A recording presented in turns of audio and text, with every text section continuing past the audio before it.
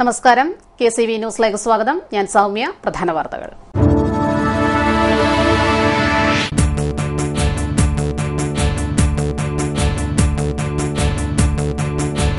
നിർമ്മാണ പ്രവർത്തികൾ ഏറ്റെടുക്കുവാൻ ആളില്ല, അനിശ്ചിതത്വമൊഴിയാതെ കുട്ടനാട് പാക്കേജ്.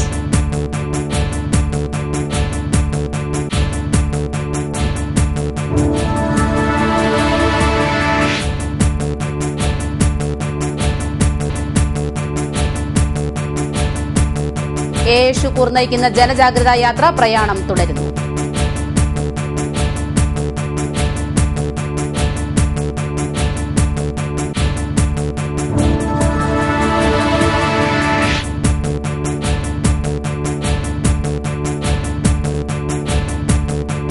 CBSE സിലബസിൽ കവിതയുമായി കുട്ടനാട്ടുകാരി. വത്സമ്മ ടീച്ചറിന്റെ കവിതകൾ 6-7 ക്ലാസ്സിലെ പാഠപുസ്തകത്തിൽ.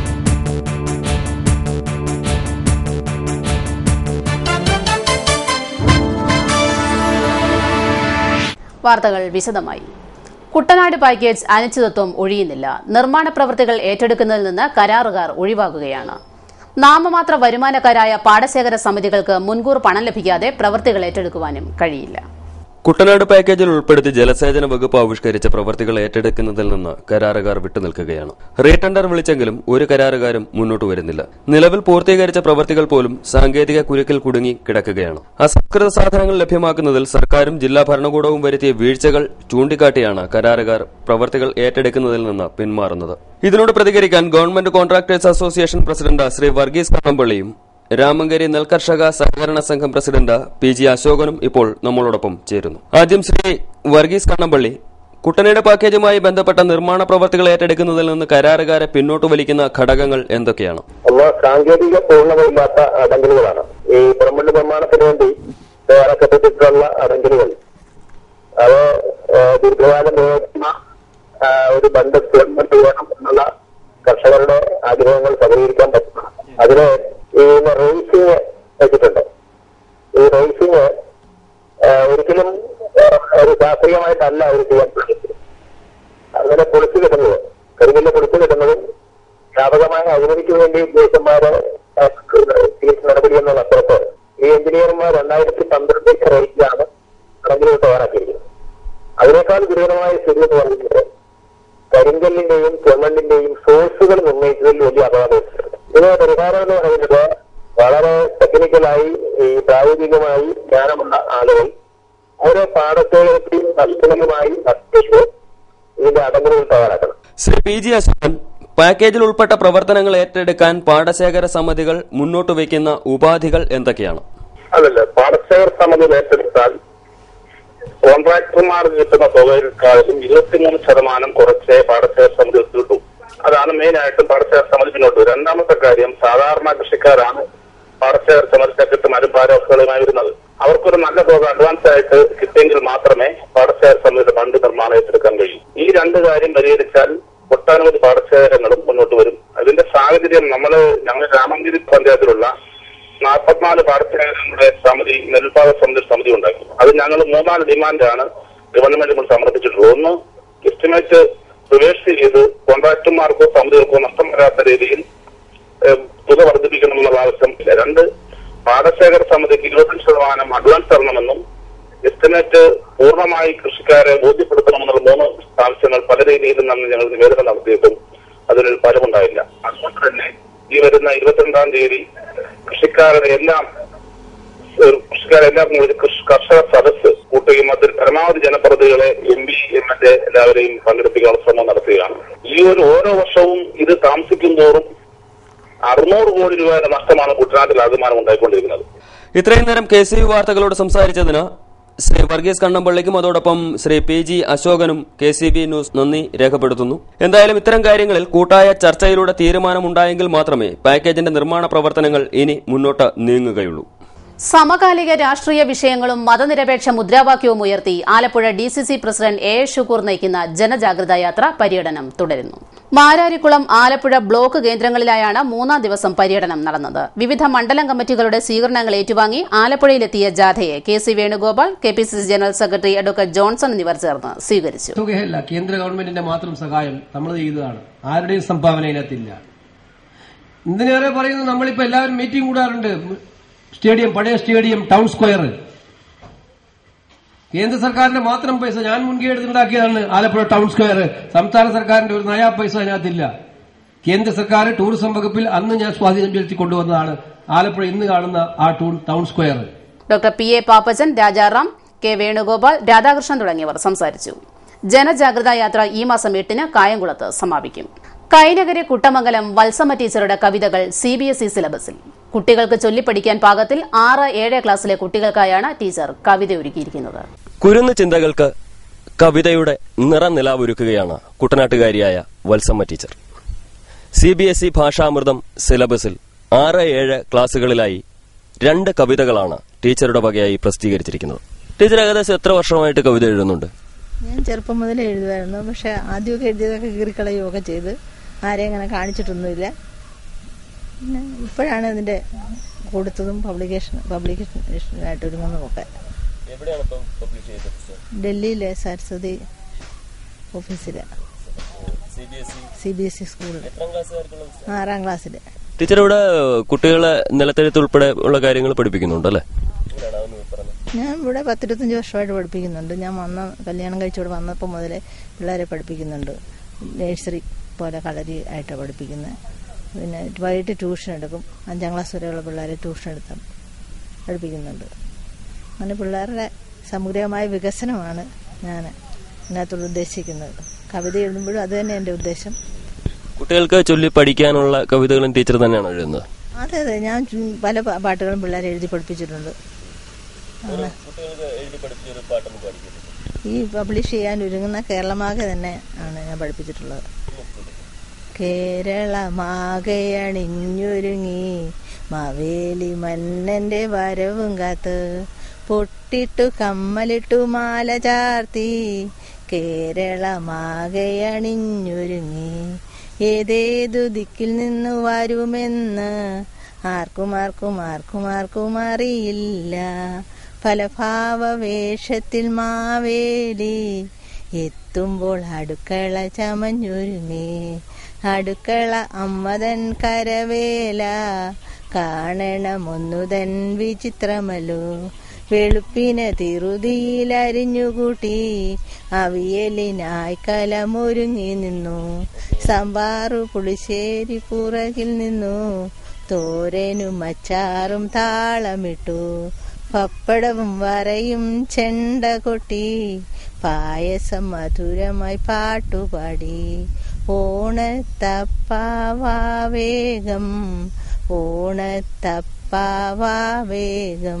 CBSE 6-7 ക്ലാസുകളിലെ പാഠപുസ്തകങ്ങളിൽ കൈനകരി കുട്ടമംഗലം വള്ളപ്പുരയ്ക്കൽ വീട്ടിൽ വത്സമ്മ ടീച്ചറുടെ കവിതകൾ ഉൾപ്പെടുത്തി പ്രസിദ്ധീകരിച്ചു. നിലത്തെഴുത്തും കുട്ടികൾക്ക് ട്യൂഷനുമൊക്കെയായി 25 വർഷത്തോളമായി ടീച്ചർ അധ്യാപന രംഗത്തുണ്ട്. വീണുകിട്ടുന്ന ഇടവേളകളിൽ എഴുതിയ നിരവധി കവിതകൾ പുറം ലോകം കാണാതെ ഇരിക്കുകയായിരുന്നു. ഡൽഹിയിൽ നിന്നുമെത്തിയ ബന്ധുക്കളും സൌഹൃദങ്ങളുമാണ് ടീച്ചറുടെ കവിത കണ്ടെത്തിയതും പ്രോത്സാഹിപ്പിച്ചതും. എന്നാൽ CBSE അധികാരികൾക്ക് ബന്ധുക്കൾ കവിത അയച്ച കഥയൊന്നും ടീച്ചർ അറിഞ്ഞിരുന്നില്ല. കഴിഞ്ഞ ദിവസം രാവിലെ കവിത പ്രസിദ്ധീകരിച്ച പുസ്തകവും റോയൽറ്റിയുമായി CBSE അധികൃതർ വീട്ടിലെത്തിയപ്പോഴാണ് ടീച്ചറും നാട്ടുകാരും കവിതയുടെ കഥ അറിഞ്ഞത്. കുഞ്ഞുകുട്ടികൾക്ക് പാടി രസിക്കാനും ചൊല്ലിപ്പഠിക്കാനും വായിച്ചു വളരാനും ഉതകുന്ന നിരവധി കവിതകളുണ്ട് ടീച്ചറുടേതായി. ബുദ്ധിയുള്ള ബാലനെ ശ്രദ്ധയോടെ കേൾക്കുവാൻ വലതു ഭാഗം തിരിയുവിൻ, ഇടത്തേക്കായി നീട്ടുവിൻ, നേരെ നേരെ നിൽക്കുവിൻ, മേലോട്ടൊന്നു ചാടുവിൻ, വട്ടം ചുറ്റി കറങ്ങുവിൻ, കൊട്ടിടാൻ കൈതര.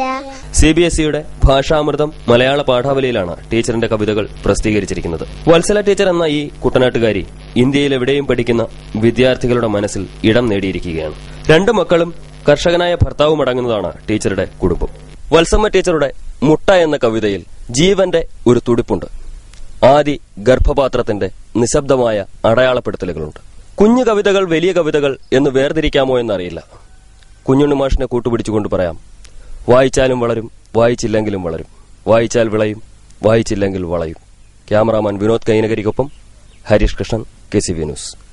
രാഷ്ട്രീയ മാധ്യമിക് ശിക്ഷാ അഭിയാൻ പദ്ധതി പ്രകാരം ആലപ്പുഴ വിദ്യാഭ്യാസ ഉപഡയറക്ടർ ഓഫീസിൽ പ്രോഗ്രാമറെ കരാറടിസ്ഥാനത്തിൽ നിയമിക്കുന്നു. യോഗ്യത BTech, MCA, MBA. ഇതിന്റെ അഭാവത്തിൽ BCA, BSc യോഗ്യതയുള്ളവരെയും പരിഗണിക്കും. പ്രായം 37 വയസ്സ്. 15,000 രൂപ ലഭിക്കും. കഴിഞ്ഞ വർഷം വെള്ളപ്പൊക്കം മൂലം ദുരിതമനുഭവിച്ച കുടുംബങ്ങൾക്ക് സർക്കാർ പ്രഖ്യാപിച്ച ലംസം ഗ്രാന്റിനായി പ്രത്യേക അപേക്ഷ ആവശ്യമില്ല. ഈ ആവശ്യത്തിനായി താലൂക്ക് വില്ലേജ് ഓഫീസുകളിൽ അപേക്ഷ നൽകേണ്ടതില്ലെന്ന് കുട്ടനാട് തഹസിൽദാർ അറിയിച്ചു. താലൂക്ക് വികസന സമിതി യോഗത്തിന്റെ തീരുമാനപ്രകാരമാണിത്. പട്ടികജാതി വികസന വകുപ്പിന്റെ കീഴിൽ തിരുവനന്തപുരം ജില്ലയിലെ വെള്ളായണിയിൽ പ്രവർത്തിക്കുന്ന Shri Ayyankali memorial government model residential സ്കൂളിലേക്ക് 5ാം ക്ലാസ് പ്രവേശനത്തിന് പട്ടികജാതി വർഗ്ഗ വിദ്യാർത്ഥികളെ തെരഞ്ഞെടുത്തു. വിദ്യാഭ്യാസം, താമസം, ഭക്ഷണം എന്നിവയും സ്പോർട്സിൽ മികച്ച പരിശീലനവും സൌജന്യമായി നൽകും. സ്പോർട്സിൽ താൽപര്യമുള്ളവരും ഇപ്പോൾ 4ാം ക്ലാസ്സിൽ പഠിക്കുന്നവരുമായിരിക്കണം അപേക്ഷകർ. താൽപര്യമുള്ളവർ ഇപ്പോൾ പഠിക്കുന്ന സ്ഥാപനത്തിൽ നിന്നുള്ള സാക്ഷ്യപത്രം, ഫോട്ടോ, ജനന സർട്ടിഫിക്കറ്റ്, ജാതി സർട്ടിഫിക്കറ്റ് എന്നിവയുടെ പകർപ്പ് സഹിതം ഫെബ്രുവരി 14 രാവിലെ 10 ആലപ്പുഴ SDV സ്കൂൾ ഗ്രൌണ്ടിൽ രക്ഷകർത്താവിനൊപ്പം കായികക്ഷമതാ മത്സരത്തിൽ പങ്കെടുക്കണമെന്ന് ജില്ലാ പട്ടികജാതി വികസന ഓഫീസർ അറിയിച്ചു. ആരോഗ്യതാരകം ആലപ്പുഴ ജില്ലാതല ക്വിസ് മത്സരം ഫെബ്രുവരി 5 രാവിലെ 9 ലിയോ 13 ഹയർ സെക്കൻഡറി സ്കൂളിൽ നടക്കും. ജില്ലാതല മത്സരത്തിൽ 1ഉം 2ഉം സ്ഥാനം നേടുന്ന ടീമിന് സംസ്ഥാനതല മത്സരത്തിൽ പങ്കെടുക്കാം. വിദ്യാഭ്യാസ ജില്ലകളിൽ നിന്ന് തെരഞ്ഞെടുക്കപ്പെട്ടവർക്കുള്ള ക്യാഷ് അവാർഡും സർട്ടിഫിക്കറ്റ് വിതരണവും അന്ന് നടക്കും. 4 വിദ്യാഭ്യാസ ജില്ലകളിൽ നിന്നും തെരഞ്ഞെടുക്കപ്പെട്ട വിദ്യാർത്ഥികൾ ഫെബ്രുവരി 5 രാവിലെ 9 മത്സരം നടക്കുന്ന ലിയോ 13 സ്കൂളിൽ എത്തണമെന്ന് ആരോഗ്യ കേരളം ജില്ലാ പ്രോഗ്രാം ഓഫീസർ അറിയിച്ചു.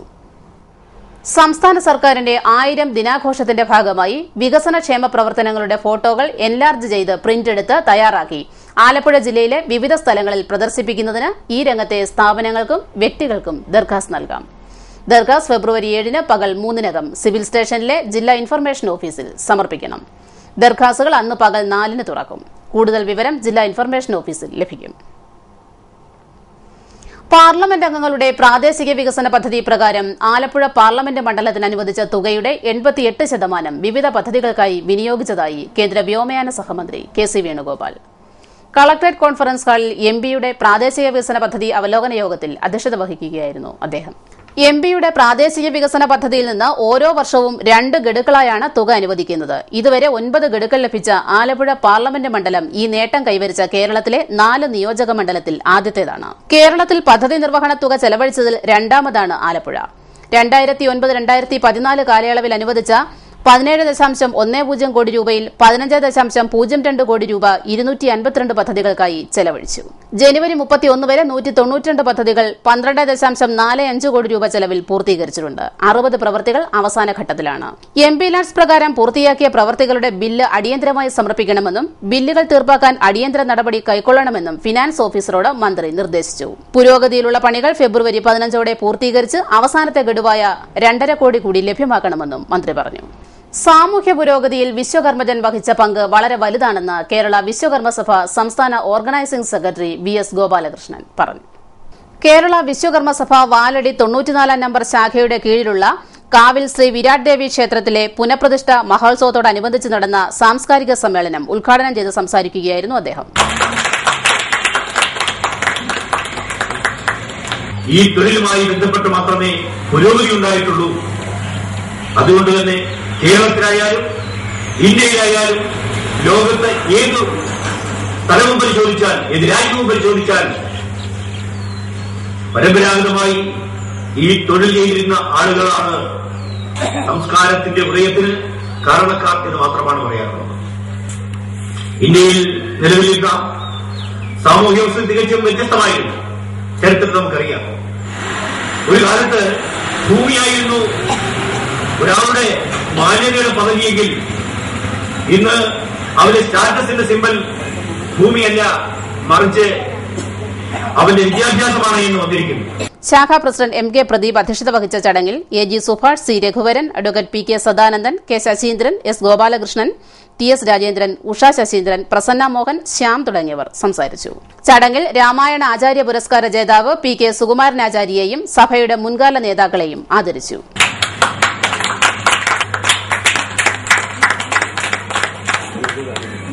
ആദ്യകാല പ്രവർത്തകരുടെ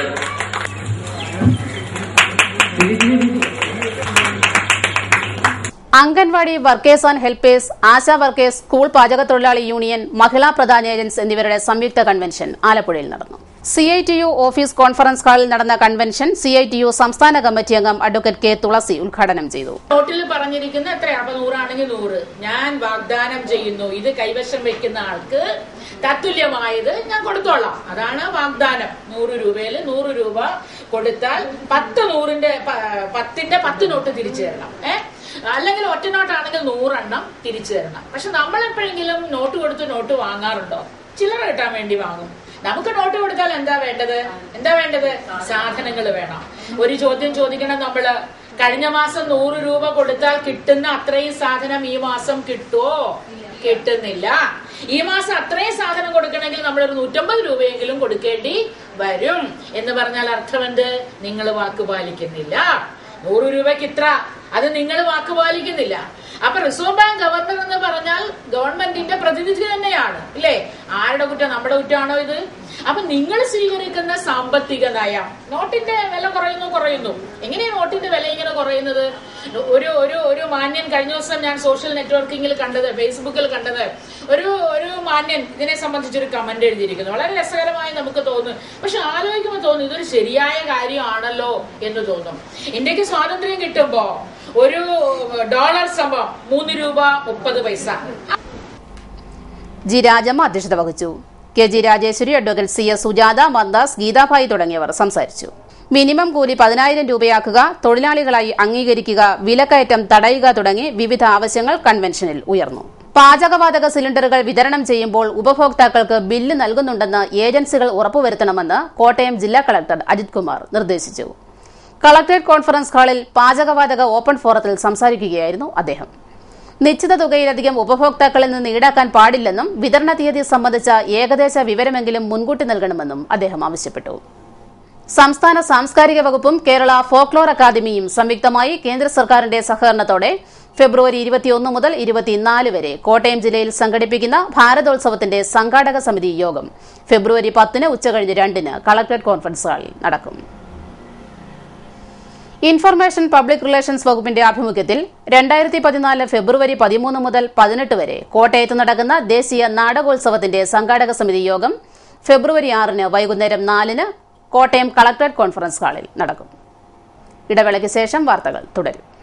KCV വാർത്തകൾ നിങ്ങൾക്കായി അവതരിപ്പിക്കുന്നത് മനോഹരമായൊരു വീട് നമ്മുടെ എല്ലാം സ്വപ്നമാണ്. നിങ്ങളുടെ സ്വപ്ന ഭവനങ്ങളെ മനോഹരമാക്കാൻ ഇതാ സിമ്പിൾ ഷാലിമാർ സൂപ്പർ ബ്രാൻഡ് ടൈലുകളുടെയും ഗ്രാനൈറ്റിന്റെയും വിസ്മയ ലോകം. വിപുലമായ സ്റ്റോക്ക്, ഫാസ്റ്റ് സർവീസ്, 100% ഗുണമേന്മ ഇവയൊക്കെ നിലനിർത്തുന്നതുകൊണ്ട് ഞാൻ പറയുന്നു ഷാലിമാർ മാർബിൾസ് ആൻഡ് ഗ്രാനൈറ്റ്. സ്വപ്ന ഭവനത്തിന് ഇവിടെ പൂർണ്ണത.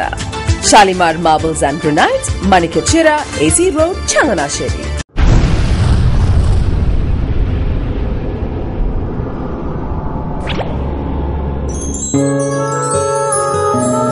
സ്വപ്ന ജ്വല്ലറി ചങ്ങനാശ്ശേരി. സംശുദ്ധിയുടെ അരനൂറ്റാണ്ട് കാലത്തെ പാരമ്പര്യം. ചങ്ങനാശ്ശേരിയിലെ ആദ്യത്തെ 916 ഹോൾമാർക്ക് സ്വർണ്ണാഭരണശാല. ഉയർന്നുവരുന്ന സ്വർണ്ണവിലയ്ക്ക് ആശ്വാസമായി സ്വപ്ന ജ്വല്ലറി ഒരുക്കുന്നു സ്വപ്നനിധി സ്വർണ്ണ സമ്പാദ്യ പദ്ധതി. തവണകളായി അടയ്ക്കുന്ന തുക അതാത് ദിവസത്തെ സ്വർണ്ണവിലയിലേക്ക് മാറ്റി നിശ്ചയിക്കുന്നതിനാൽ പിന്നീടുണ്ടാകുന്ന വിലവർദ്ധനവ് നിങ്ങളെ ബാധിക്കുന്നില്ല. 250 രൂപ മുതൽ വരുന്ന 18 തവണകളാണ് സ്വപ്നനിധിക്കുള്ളത്. സ്വപ്ന ജ്വല്ലറി, സ്വപ്ന ബിൽഡിംഗ്, ചങ്ങനാശ്ശേരി.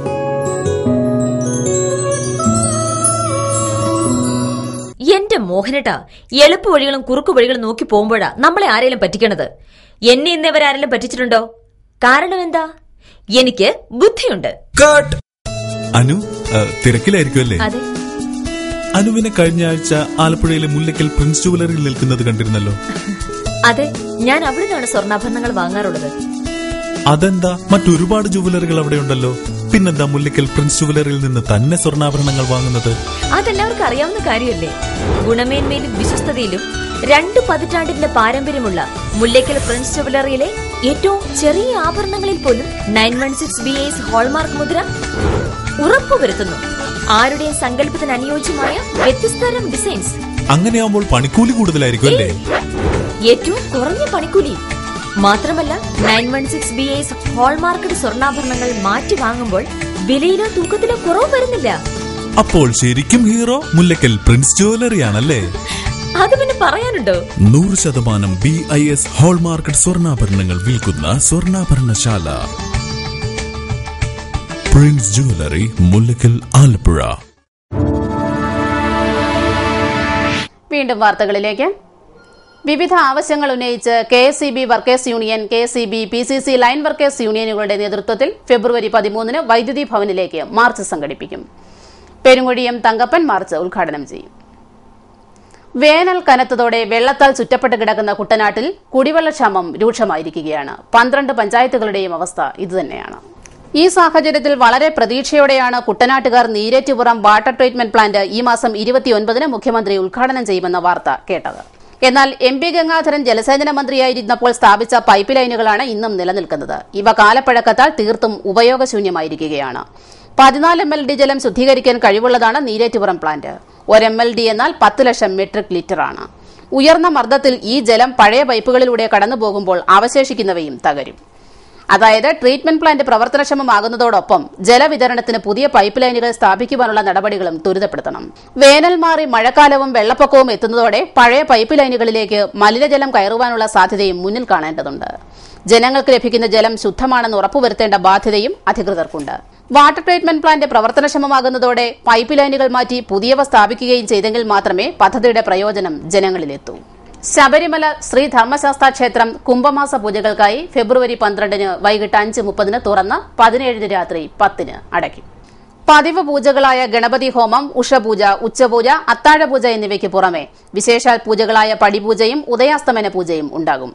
5 ദിവസവും നെയ്യഭിഷേകം നടത്താം. ദർശനത്തിനെത്തുന്നവർക്ക് താമസിക്കാൻ മുറികൾ മുൻകൂറായി ബുക്ക് ചെയ്യാം. പത്തനംതിട്ട ജില്ലയിൽ ഒഴിവുള്ള 41 സ്ഥലങ്ങളിൽ അക്ഷയ കേന്ദ്രങ്ങൾ ആരംഭിക്കുന്നതിന് അപേക്ഷ ക്ഷണിച്ചു. ജനുവരി 25 മുതൽ ഫെബ്രുവരി 12 വരെ ഓൺലൈനായി അപേക്ഷിക്കാം.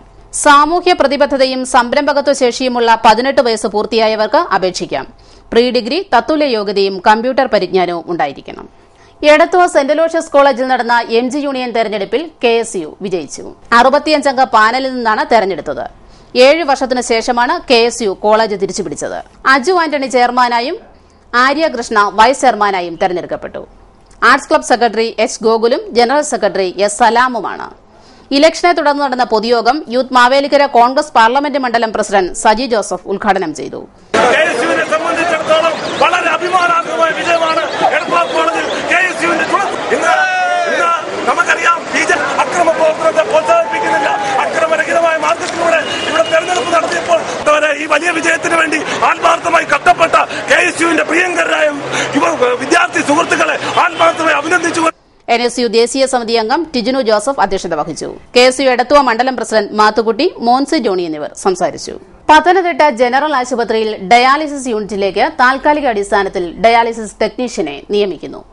അപേക്ഷകർ സംസ്ഥാന സർക്കാർ അംഗീകൃത സ്ഥാപനങ്ങളിൽ നിന്നും ഡയാലിസിസ് ടെക്നീഷ്യൻ കോഴ്സ് പാസ്സായവരും 30 വയസ്സിനു താഴെ പ്രായമുള്ളവരും ആയിരിക്കണം.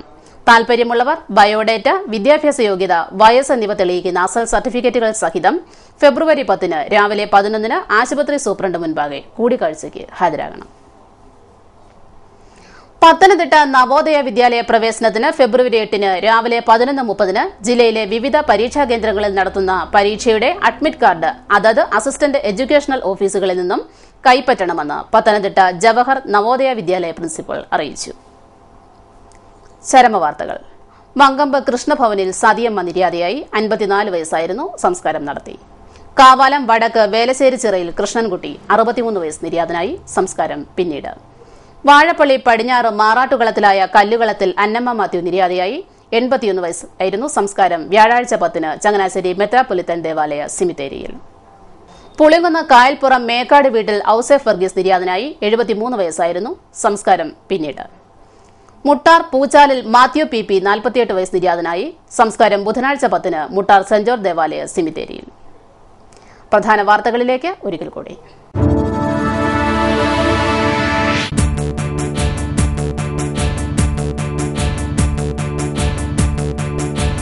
നിർമ്മാണ പ്രവർത്തികൾ ഏറ്റെടുക്കുവാൻ ആളില്ല. അനിശ്ചിതത്വമൊഴിയാതെ കുട്ടനാട് പാക്കേജ്.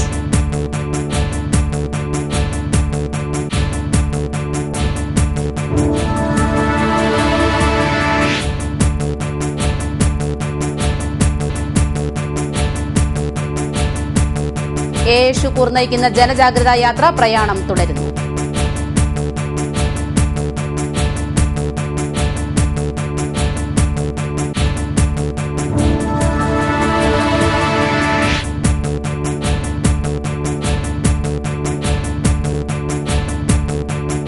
CBSE സിലബസിൽ കവിതയുമായി കുട്ടനാട്ടുകാരി. വത്സമ്മ ടീച്ചറിന്റെ കവിതകൾ 6-7 ക്ലാസ്സിലെ പാഠപുസ്തകത്തിൽ.